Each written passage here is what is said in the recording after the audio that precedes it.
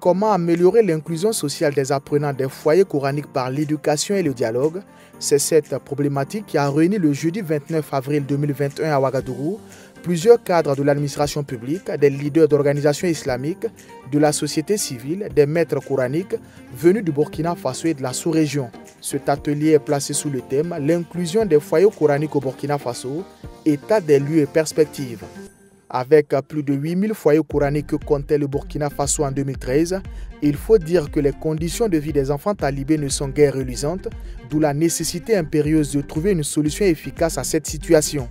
C'est dans ce sens que l'ONG Diakonia, depuis 2018, a entrepris un projet pilote d'amélioration des conditions de vie des talibés, dénommé Dialogue et Changement Social. Et ce forum sous-régional se présente comme un rendez-vous de partage d'expériences, mais aussi et surtout un cadre qui permettra d'asseoir les bases d'une politique d'inclusion sociale des enfants talibés. Il ne s'agit pas du tout de suspendre les foyers coraniques. À travers le programme que nous mettons en œuvre, ce que nous privilégions, c'est de créer des passerelles en fait. Des passerelles entre donc les foyers coraniques, l'enseignement franco-arabe et puis l'enseignement classique. Donc pour les enfants en âge d'aller à l'école, nous privilégions donc qu'ils puissent bénéficier de l'enseignement coranique, mais aussi pouvoir bénéficier de l'enseignement classique. Et dans ces foyers, nous avons aussi des enfants qui ne sont plus en âge d'aller à l'école.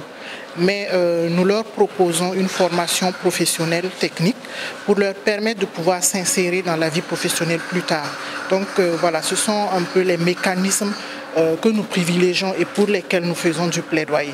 L'Union européenne, qui accompagne fortement l'initiative, salue l'engagement de Diakonia ainsi que le gouvernement burkinabé et estime pour sa part que les acquis engrangés par le projet pilote et les recommandations issues de ce forum permettront sans doute d'implémenter une nouvelle dynamique dans le combat pour l'amélioration des conditions de vie des talibés au Burkina Faso. Je remercie beaucoup Diakonia de tout ce travail qu'ils ont fait, et surtout pour l'organisation de cet atelier important.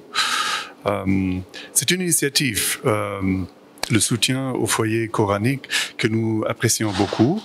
Mais je pense aussi qu'il faut, maintenant, après cette phase pilote, il faut en tirer les leçons, voir ce qu'on peut améliorer, si on va poursuivre ce travail. Oui, il faut poursuivre ce travail afin de relever le défi de l'inclusion sociale des talibés.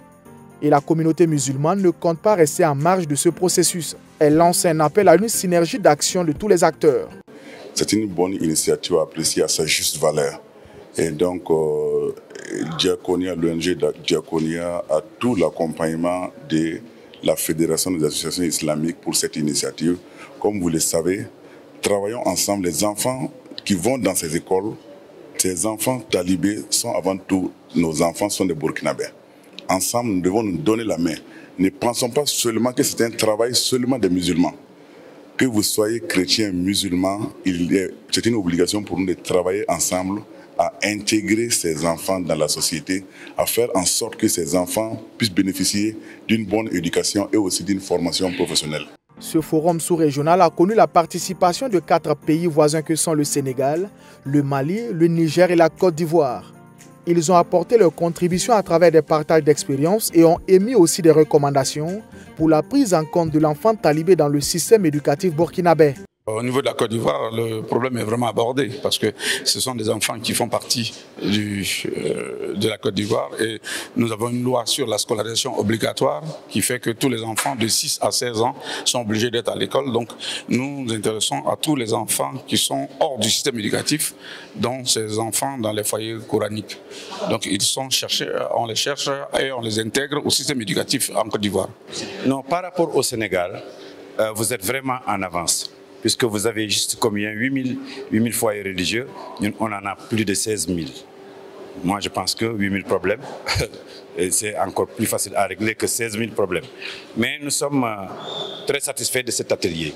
Et que nous, depuis 20 ans, nous sommes sur la problématique à la recherche de solutions.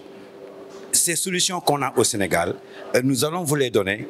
Comme ça, d'ici 2 ans, le problème va entièrement disparaître au niveau du Burkina. Mais la première responsabilité revient à l'État, qui est tenu d'organiser, puisque les enfants ont le même droit.